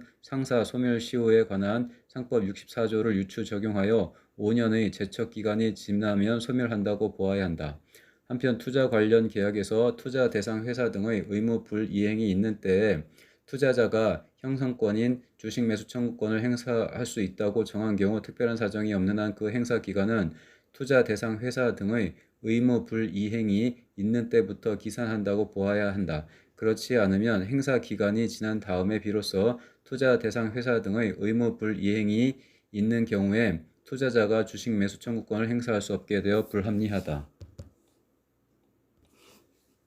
이 사건 인수계약 제27조가 정하는 주식 매수 청구권은 이 사건 인수계약의 당사자 일방인 이 사건 조합이 일방적으로 상대방인 피고 2와 이 사건 주식에 관한 매매 계약을 성립시킬 수 있는 권리이므로 일종의 형성권에 해당한다. 위 주식 매수 청구권은 상사 계약인 이 사건 인수계약의 일방 당사자이자 투자 대상 회사인 피고 DC홀딩스가 이 사건 인수계약 제15조의 사전, 서면 동의, 의무 등을 불이행한 경우에 투자자인 이 사건 조합이 다른 당사자인 피고 2를 상대로 행사할 수 있는 권리이다. 이 사건 인수계약 제15조가 피고 DC홀딩스의 중요 자산 매각 등에 관하여 사전, 서면 동의 의무를 부과한 것은 그것이 투자 성과와 직결되는 중요한 사항이기 때문이다. 의무자가 이러한 의무를 불이행하더라도 그 이행을 강제하기가 쉽지 않고 그로 인한 합리적인 손해액을 산정하기도 어렵다. 이러한 상황에서 주식 매수 청구권은 투자 대상 회사인 피고 DC홀딩스가 투자자인 원고의 투자 성과에 중대한 영향을 미치는 의무를 위반한 경우에 원고로 하여금 원금과 일정한 수익을 보장받도록 하는 역할을 수행한다. 이러한 사정을 종합하면 이 사건 인수계약 27조가 정하는 주식 매수 청구권의 행사 기간은 상사 소멸시효에 관한 상법 64조를 유추 적용하여 5년이라고 봄이 타당하다. 원고는 이 사건 원심에서 소송이 진행되던 도중인 2018년 10월 19일 주식 매수 청구권을 행사했으나 그 전에 이미 피고 DC홀딩스가 의무를 위반한 때인 2011년 2월 24일부터 5년의 제척 기간이 지남으로써 주식 매수 청구권은 소멸하였다고 보아야 한다. 결국 원고의 주식 매수 청구권이 그 행사 전에 5년의 제척 기간이 지남으로써 소멸하였다는 원심 판단은 정당하다.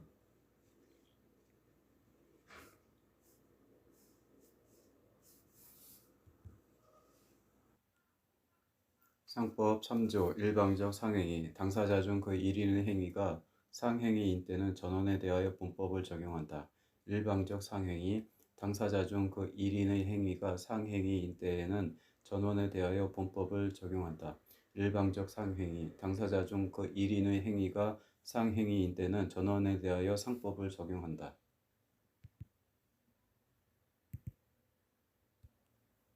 대법원 2022년 7월 14일 선고 2017-242232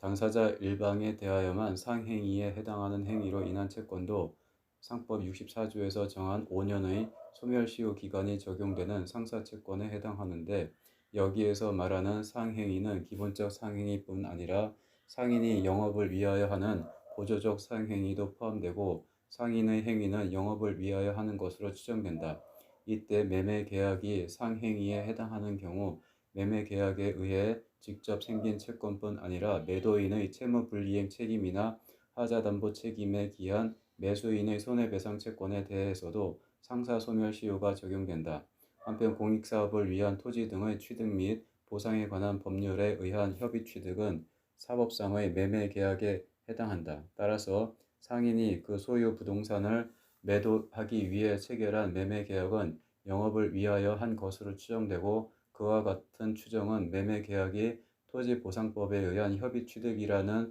사정만으로 번복되지 않는다. 결국 당사자 일방이 상인인 경우에는 토지보상법에 의한 협의취득으로 체결된 부동산 매매계약이라고 하더라도 다른 사정이 없는 한 보조적 상행위에 해당하므로 매도인의 채무불이행 책임이나 하자담보 책임에 기한 매수인의 손해배상 채권에 대해서는 상사소멸시효가 적용된다.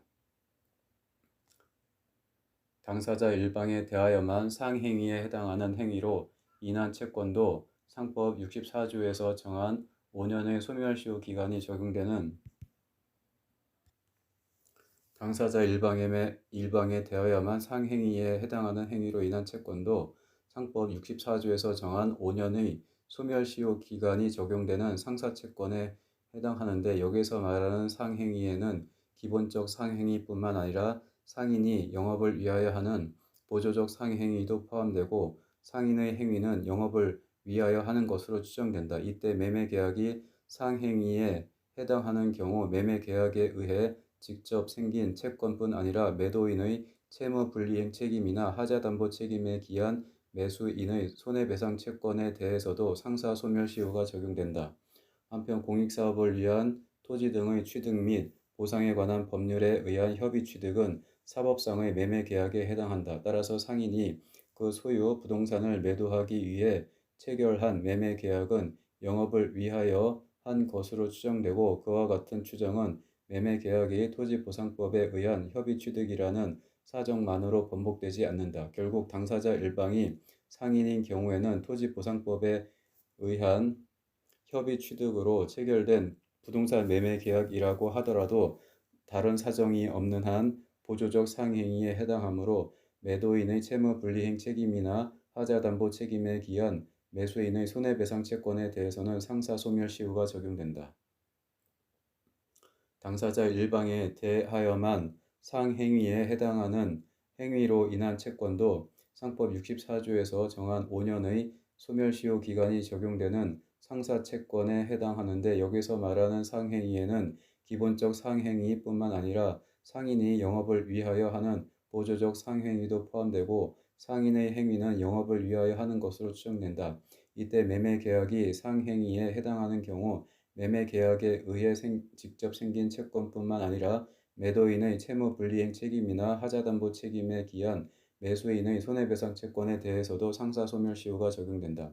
공익사업을 위한 토지 등의 취득 및 보상에 관한 법률에 의한 협의취득은 사법상의 매매계약에 해당한다. 따라서 상인이 그 소유 부동산을 매도하기 위해 체결한 매매계약은 영업을 위하여 한 것으로 추정되고, 그와 같은 추정은 매매계약이 토지보상법에 의한 협의취득이라는 사정만으로 번복되지 않는다. 결국 당사자 일방이 상인인 경우에는 토지보상법에 의한 협의취득으로 체결된 부동산 매매계약이라고 하더라도 다른 사정이 없는 한 보조적 상행위에 해당하므로 매도인의 채무불이행 책임이나 하자담보 책임에 기한 매수인의 손해배상 채권에 대해서는 상사소멸시효가 적용된다.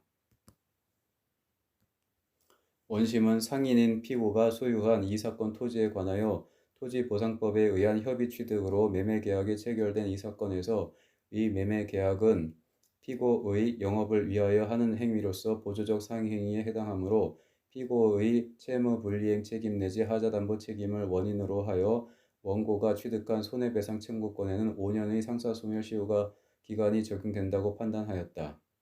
원심은 상인인 피고가 소유한 이 사건 토지에 관하여 토지보상법에 의한 협의취득으로 매매계약이 체결된 이 사건에서 위 매매계약은 피고의 영업을 위하여 하는 행위로서 보조적 상행위에 해당하므로 피고의 채무불이행 책임 내지 하자담보 책임을 원인으로 하여 원고가 취득한 손해배상 청구권에는 5년의 상사소멸시효 기간이 적용된다고 판단하였다.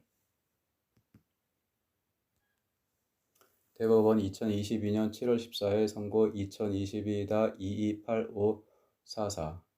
토지의 소유자가 스스로 토지를 도로로 제공하여 인근 주민이나 일반 공중에 무상 통행권을 부여하거나 토지에 대한 독점적 배타적인 사용 수익권을 포기하였는지를 판단하기 위해서는 소유자가 당해 토지를 소유하게 된 경위와 보유기간, 토지의 제공에 따른 소유자의 이익, 편익의 유무, 소유자가 토지를 공공의 사용에 제공한 경위와 규모, 도로로 사용되는 당해 토지의 위치나 형태, 인근의 다른 토지와의 관계, 주위 환경 등 여러 가지 사정과 아울러 인근의 다른 토지의 효과적인 사용 수익을 위하여 당해 토지의 기여 정도 등을 종합적으로 고찰함으로써 토지 소유권의 보장과 공공의 이익 사이의 비교 형량을 하여야 한다. 토지의 소유자가 스스로 토지를 도로로 제공하여 인근 주민이나 일반 공중에 무상 통행권을 부여하거나 토지에 대한 독점적 배타적인 사용 수익권을 포기하였는지를 판단하기 위해서는 소유자가 당해 토지를 소유하게 된 경위와 보유기간, 토지의 제공에 따른 소유자의 이익, 편익의 유무, 소유자가 토지를 공공의 사용에 제공한 경위와 규모, 도로로 사용되는 당해 토지의 위치나 형태, 인근의 다른 토지와의 관계, 주위 환경 등 여러 가지 사정과 아울러 인근의 다른 토지의 효과적인 사용 수익을 위하여 당해 토지의 기여 정도 등을 종합적으로 고찰함으로써 토지 소유권의 보장과 공공의 이익 사이의 비교 형량을 하여야 한다. 토지의 소유자가 스스로 토지를 도로로 제공하여 인근 주민이나 일반 공중에 무상 통행권을 부여하거나 토지에 대한 독점적 배타적인 사용 수익권을 포기하였는지를 판단하기 위해서는 토지 소유자가 당해 토지를 소유하게 된 경위와 보유 기간, 토지의 제공에 따른 소유자의 이익, 편익의 유무, 소유자가 토지를 공공의 사용에 제공한 경위와 규모, 도로로 사용되는 당해 토지의 위치나 형태, 인근의 다른 토지와의 관계, 주위 환경 등 여러 가지 사정과 아울러 인근의 다른 토지의 효과적인 사용 수익을 위하여 당해 토지의 기여 정도 등을 종합적으로 고찰함으로써 토지의 소유권과 소유권의 보장과 공공의 이익 사이의 비교 형량을 하여야 한다.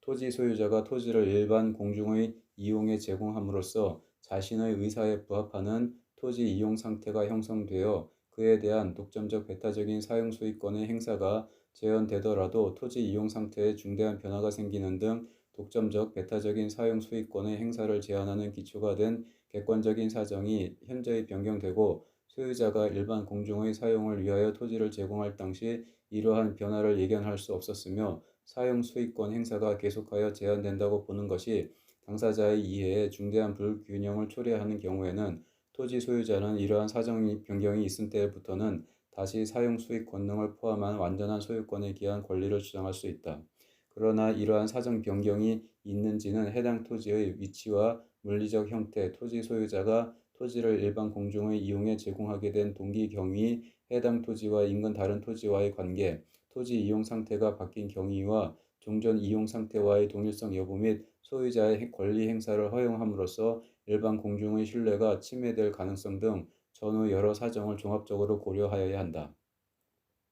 토지 소유자가 토지를 일반 공중의 이용에 제공함으로써 자신의 의사에 부합하는 토지 이용 상태가 형성되어 그에 대한 독점적 배타적인 사용 수익권의 행사가 제한되더라도 토지 이용 상태에 중대한 변화가 생기는 등 독점적 배타적인 사용 수익권의 행사를 제한하는 기초가 된 객관적인 사정이 현저히 변경되고 소유자가 일반 공중의 사용을 위하여 토지를 제공할 당시 이러한 변화를 예견할 수 없었으며 사용 수익권 행사가 계속하여 제한된다고 보는 것이 당사자의 이해에 중대한 불균형을 초래하는 경우에는 토지 소유자는 이러한 사정 변경이 있은 때부터는 다시 사용 수익 권능을 포함한 완전한 소유권에 기한 권리를 주장할 수 있다. 그러나 이러한 사정 변경이 있는지는 해당 토지의 위치와 물리적 형태, 토지 소유자가 토지를 일반 공중의 이용에 제공하게 된 동기, 경위, 해당 토지와 인근 다른 토지와의 관계, 토지 이용 상태가 바뀐 경위와 종전 이용 상태와의 동일성 여부 및 소유자의 권리 행사를 허용함으로써 일반 공중의 신뢰가 침해될 가능성 등 전후 여러 사정을 종합적으로 고려하여야 한다.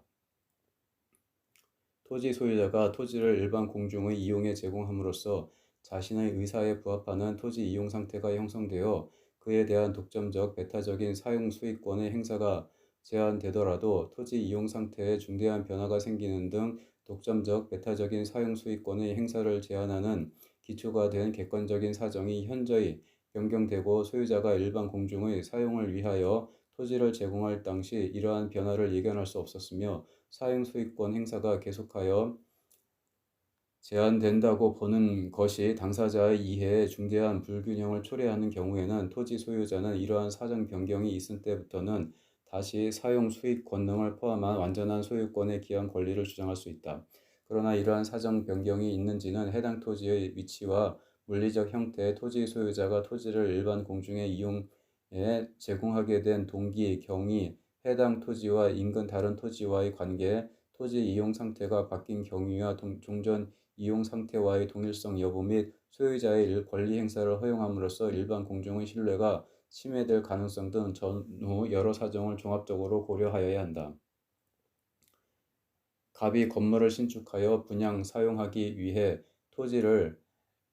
사필지로 분할하면서 건축 허가를 받기 위해 그중 1필지의 지목을 도로로 변경하였고 막다른 골목 형태의 위 토지는 기존 건물들이 준공된 나머지 3필지에서 북쪽 간선도로까지 도보로 이동 가능한 유일한 통로로 그로부터 약 30년 동안 인근 주민의 통행로로 사용되었는데 그 후 을이 기존 건물들과 각 부지를 매수한 후 기존 건물들을 철거하고 인근 2필지를 합병하여 다세대 주택을 신축한 이후 위 토지를 거쳐 남쪽 간선도로까지 도보로 왕래할 수 있게 되었고 위 토지와 다세대 주택의 일부 부지를 통하여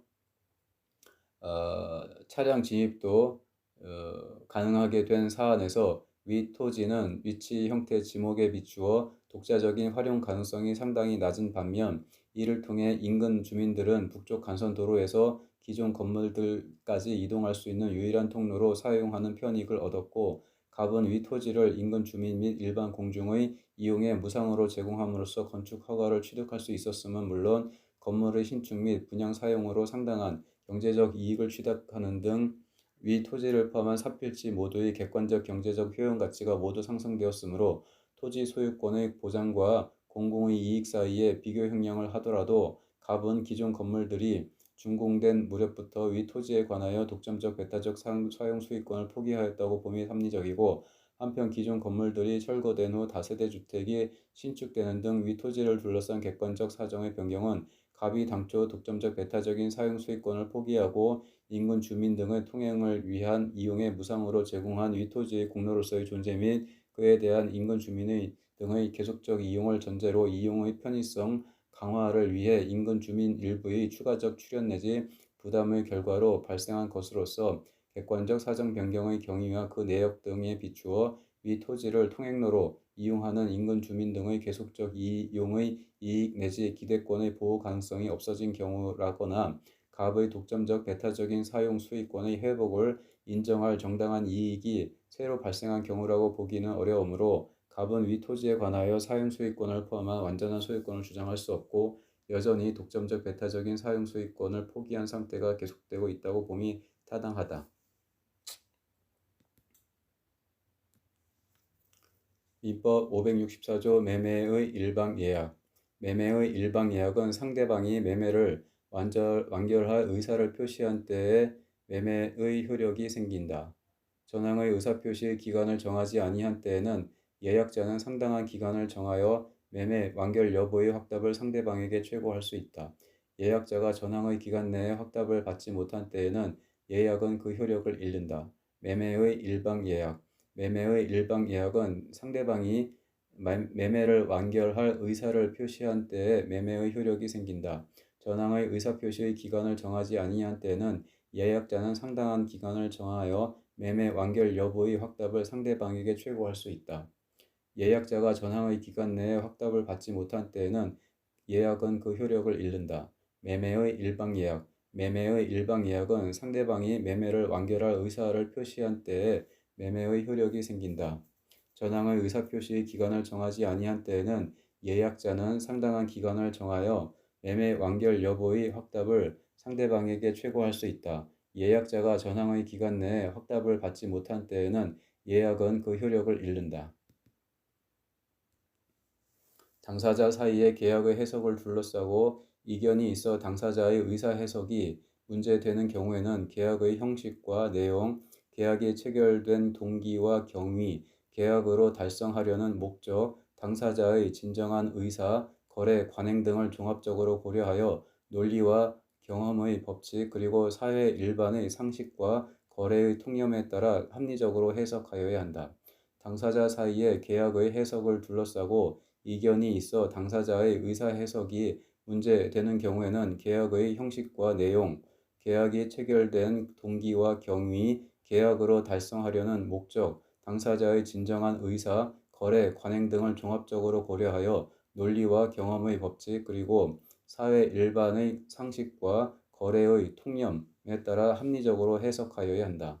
당사자 사이의 계약의 해석을 둘러싸고 이견이 있어 당사자의 의사 해석이 문제되는 경우에는 계약의 형식과 내용, 계약이 체결된 동기와 경위, 계약으로 달성하려는 목적, 당사자의 진정한 의사, 거래 관행 등을 종합적으로 고려하여 논리와 경험의 법칙 그리고 사회 일반의 상식과 거래의 통념에 따라 합리적으로 해석하여야 한다. 계약이 성립하기 위하여는 당사자 사이에 의사의 합치가 있을 것이 요구되는데 이러한 의사의 합치는 당해 계약의 내용을 이루는 모든 사항에 관하여 있어야 하는 것은 아니고 그 본질적 사항이나 중요 사항에 관하여 구체적으로 의사의 합치가 있거나 적어도 장래 구체적으로 특정할 수 있는 기준과 방법 등에 관한 합의가 있으면 된다. 따라서 당사자 사이에 체결된 계약과 이에 따라 장래 체결할 본 계약을 구별하고자 하는 의사가 명확하거나 일정한 형식을 갖춘 본계약 체결이 별도로 요구되는 경우 등의 특별한 사정이 없다면 매매 계약이 성립하였다고 보기에 충분한 합의가 있었음에도 법원이 매매 계약 성립을 부정하고 별도의 본 계약이 체결되어야 하는 매매 예약에 불과하다고 단정할 것은 아니다. 계약이 성립하기 위하여는 당사자 사이에 의사의 합치가 있을 것이 요구되는데 이러한 의사의 합치는 당해 계약의 중요 내용을 이루는 모든 사항에 관하여 있어야 하는 것은 아니고 그 본질적 사항이나 중요 사항에 관하여 구체적으로 의사의 합치가 있거나 적어도 장래에 구체적으로 특정할 수 있는 기준과 방법 등에 관한 합의가 있으면 된다. 따라서 당사자 사이에 체결된 계약과 이에 따라 장래 체결할 본 계약을 구별하고자 하는 의사가 명확하거나 일정한 형식을 갖춘 본 계약 체결이 별도로 요구되는 경우 등의 특별한 사정이 없다면 매매 계약이 성립하였다고 보기에 충분한 합의가 있었음에도 법원이 매매 계약 성립을 부정하고 별도의 본 계약이 체결되어야 하는 매매 예약에 불과하다고 단정할 것은 아니다. 계약이 성립하기 위하여는 당사자 사이에 의사의 합치가 있을 것이 요구되는데 이러한 의사의 합치는 당해 계약의 내용을 이루는 모든 사항에 관하여 있어야 하는 것은 아니고 그 본질적 사항이나 중요 사항에 관하여 구체적으로 의사의 합치가 있거나 적어도 장래 구체적으로 특정할 수 있는 기준과 방법 등에 관한 합의가 있으면 된다. 따라서 당사자 사이에 체결된 계약과 이에 따라 장래 체결할 본 계약을 구별하고자 하는 의사가 명확하거나 일정한 형식을 갖춘 본 계약 체결이 별도로 요구되는 경우 등의 특별한 사정이